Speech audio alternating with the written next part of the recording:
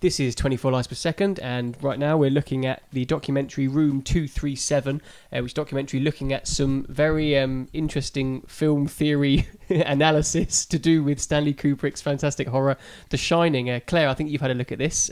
What did you think? I love The Shining. It's one of my favourite films of all time.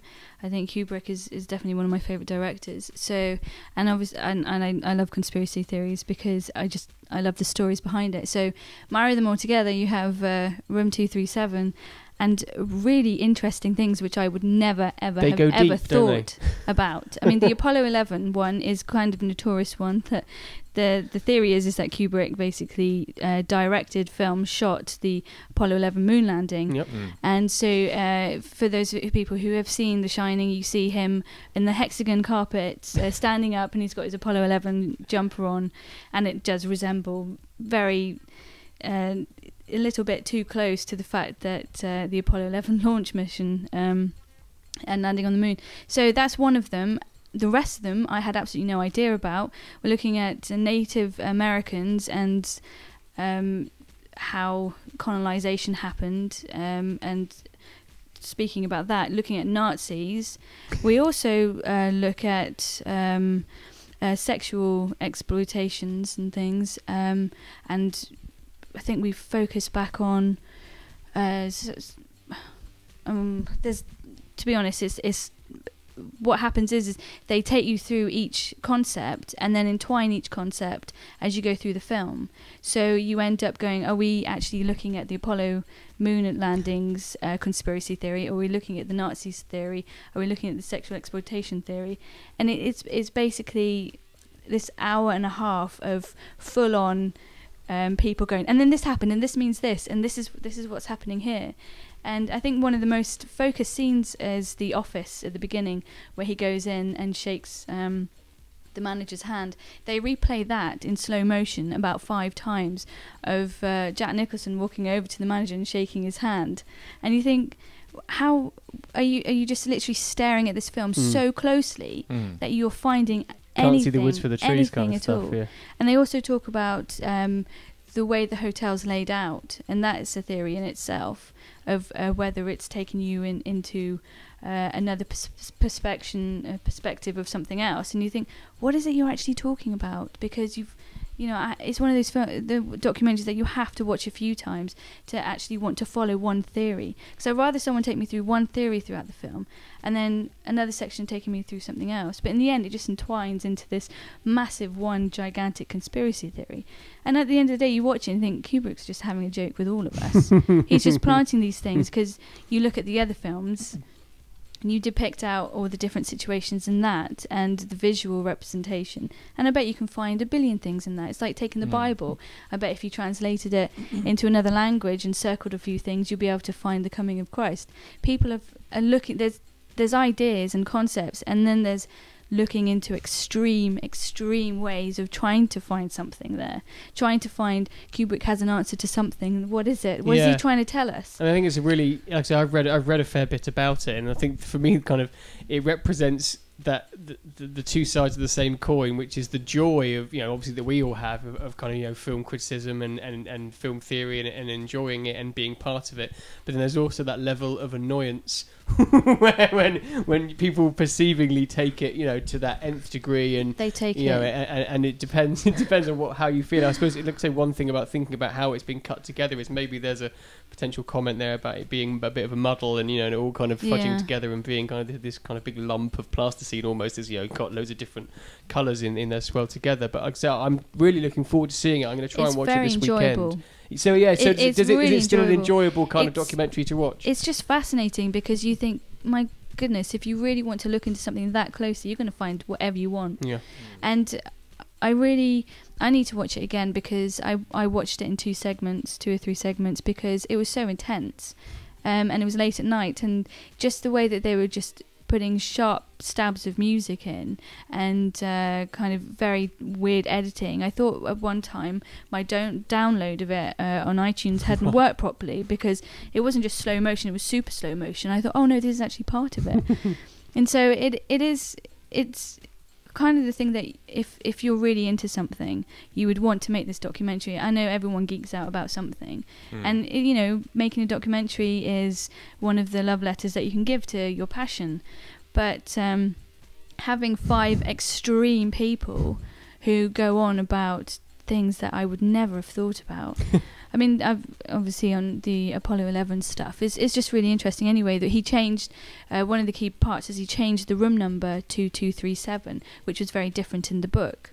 And the people came out with the idea that room 237, 237 miles, million, thousand miles or whatever from the Earth to the moon. And so that definitely meant that he directed the moon landing. So it's like, is that people are so assured that that's exactly what he meant by it. But when you have 5 voices being so sure of something, you kind of think, well, I'm not going to believe any of you, because you all have valid points, and don't get me wrong, there are some very interesting points there. But when you have 5 of them going, this is definitely what it means. There's this one bit where the manager stands up and there's a shot of a filing cabinet in front of him and goes, see, it looks like a hard-on. And I was just like, how the hell did you manage to look at that? But it's just full of those little things. So just check it out just for the hilarity of it. But also, if you are into The Shining, it's a really nice way to look at what kind of impact it's had on us, especially Kubrick as well, because he's done this with all his films. He's put in little bits and pieces. See, but has he? Well, because I know there's that whole thing like with The Shining. It's a film about mazes.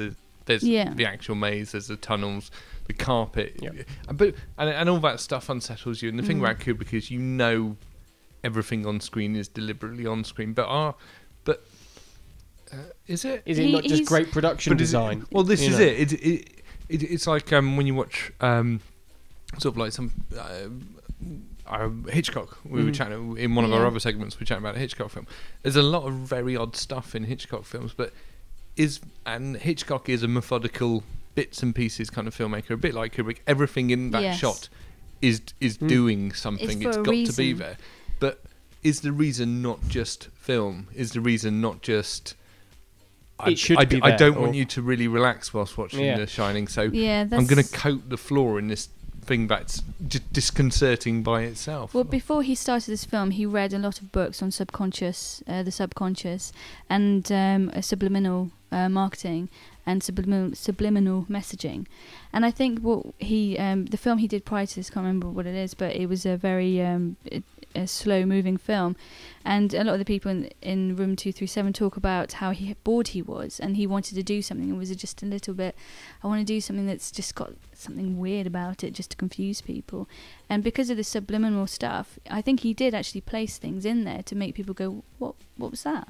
And I think that was the probably, well, we never know, because once again he's not here, so we can't turn around and say, wow, you know, are you going to tell us what actually No.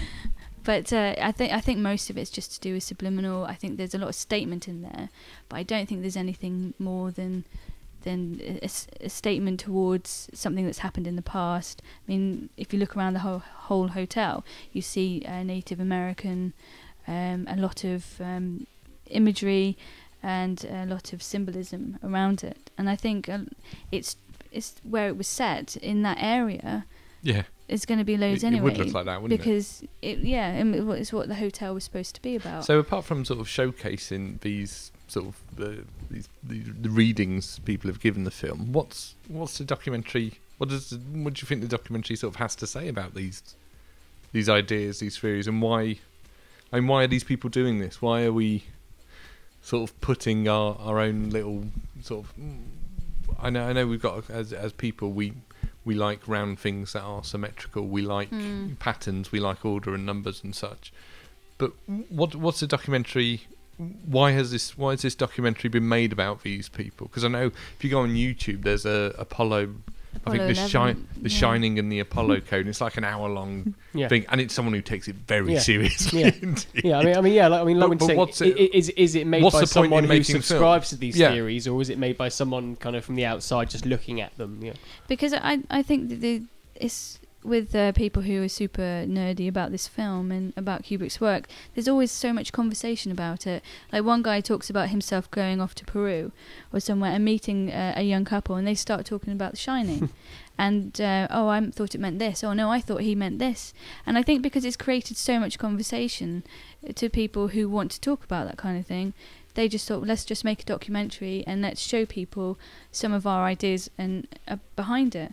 And I don't really, to what it's teaching us, I don't think it's really doing anything of teaching us anything new. But I just think it's a glimpse into the views. I mean, some of these people are film teachers and tutors, so there's obviously enough conversation about this film in order to go off and make a documentary and for it to get released.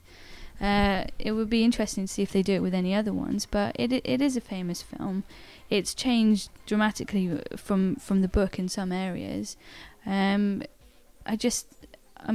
seen similar stuff with other conspiracy theories. You get it all the time on YouTube, as you said, like with UFOs and things. People will see lights in the sky. It could be Venus or a plane, and people know it's definitely a UFO. People are always going to want to see something that isn't there. They want to believe in something, and I think this is someone's religion. This is someone's belief. So with anything, they want to try and get that message out there. So watch it and enjoy. I'm gonna just have a laugh at it. I mean, I'm to be honest, I'm not laughing at anyone's belief or anything like that. When I talk about the extremities of some people's perception of this film, because if that's something that you believe, I'm not going to mock that. But it was just it's really interesting.